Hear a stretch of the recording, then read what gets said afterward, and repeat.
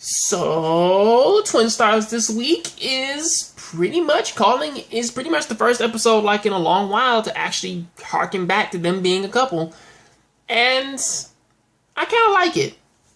And also, it was the first episode to actually feel like it was something just a little bit different than what is usually going on with this series in terms of battles and combat and shit like that.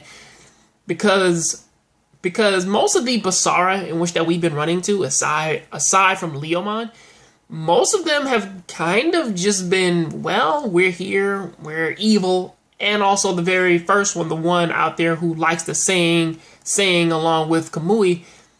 All the rest of them are just about, well, yeah, we want to kill people, we want to steal their energy, and we want to become more powerful. That's just about it. You know, for them it's kind of sort of like a work of nature. Except for only 3 of them. One of them is dead.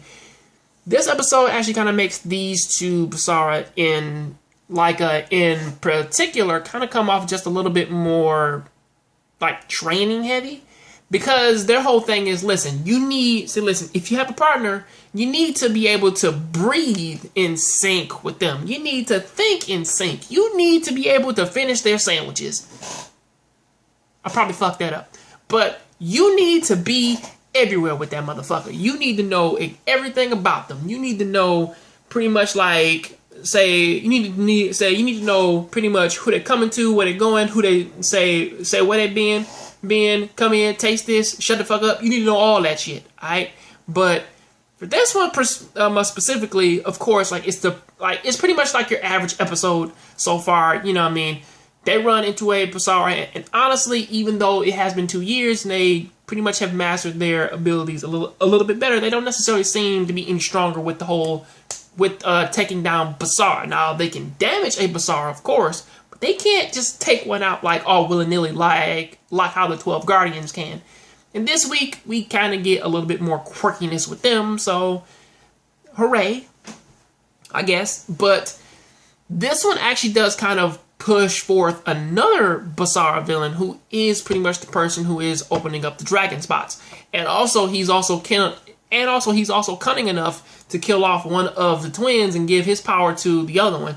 So this one does seem to be the first episode to actually build up some things to kind of make the episodes get a little bit more sweeter, especially since that they did actually kind of use these twins as a teaching method to say, listen, you need to be unified to destroy your enemies and pull out the strength of most of your attacks. The 12 Guardians, on the other hand, pretty much were just like a means to an end to kind of like present a brand new villain.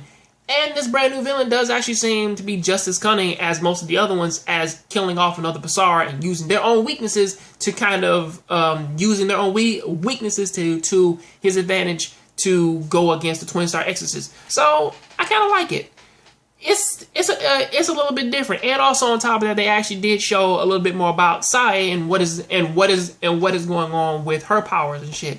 Because from what it's seeming like now, it does actually seem as though that this one may actually be a child that was sent back in time.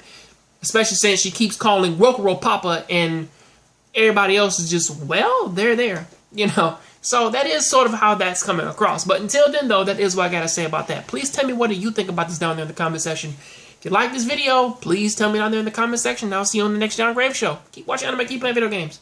I'm out.